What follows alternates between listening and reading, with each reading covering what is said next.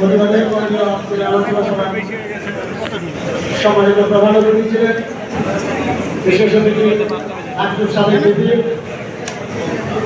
গণ অধিকার পরিষদের সম্মানিত সভাপতি জনুল আব্দুল ভাই, উপস্থিত ঢাকা সড়ক পরিবহন মালিক সমিতির বিভিন্ন কোম্পানির মালিকগণ, সায়দাবাদ, গাবতলী, মহাখালী, গাজীপুর সহ বিভিন্ন অঞ্চল থেকে আগত সকল শ্রমিক ভাইদেরকে জানাই লাল গোলাপের শুভেচ্ছা ও অভিনন্দন। বক্তব্য আসলে সিনিয়ররা আছে, অনেকে বক্তব্য দিবে।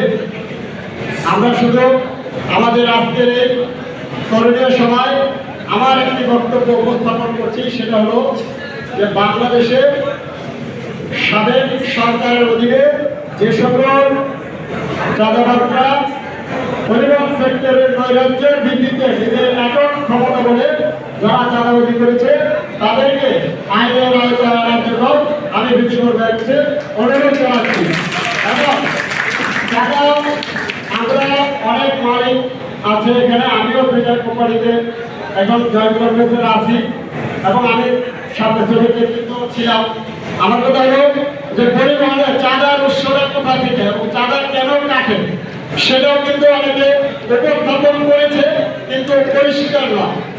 আপনার কোম্পানি যদি গাজীপুর থেকে নিউ মার্কেট পর্যন্ত যদি পুলিশকে 12 লক্ষ টাকা পেমেন্ট দিতে হয়, সেই টাকার আপনি কোথা থেকে কালেকশন করবেন? সেই টাকাটা তো গাড়ি থেকে কালেকশন করতে হবে। এখন আমাদের একটি বক্স থেকে 1 কিলোমিটার বা 2 কিলোমিটার দূরত্ব, দুইটা বক্সের মধ্যে যদি 12 জন সার্জেন্ট থাকে, 2 জন টিআই থাকে, তাদেরকে কিন্তু একটা মাসিক ভাড়া দিতে হয়। কারণ হলো এই যে আমাদের আগে মামলা ছিল, গাড়ির মামলা ছিল সর্বনিম্ন 250 টাকা, সেই মামলাটা এখন 3 থেকে 5 হাজার পর্যন্ত সর্বনিম্ন হয়েছে। কারণ সর্বনিম্ন যে টাকাটা সেটা যদি আপনি রোডে পেলে মানে এখন একটা গাড়িতে যদি 15,000 টাকা মামলা পরিচিতি তৈরি হয়, তাহলে তো আপনাদের টাকাটা কালেকশন করতে হবে। আমার গাড়িগুলো তো রোডে চলতে হবে। সেই কারণে যদি গাড়ি রোডে আগে চাঁদা বন্ধ করতে হয়, আগে সর্বপ্রথম সার্জেন্টের হাতে যে মামলার যে মেশিনটা হয়েছে সেটা বিরুদ্ধে ব্যবস্থা নিতে হবে।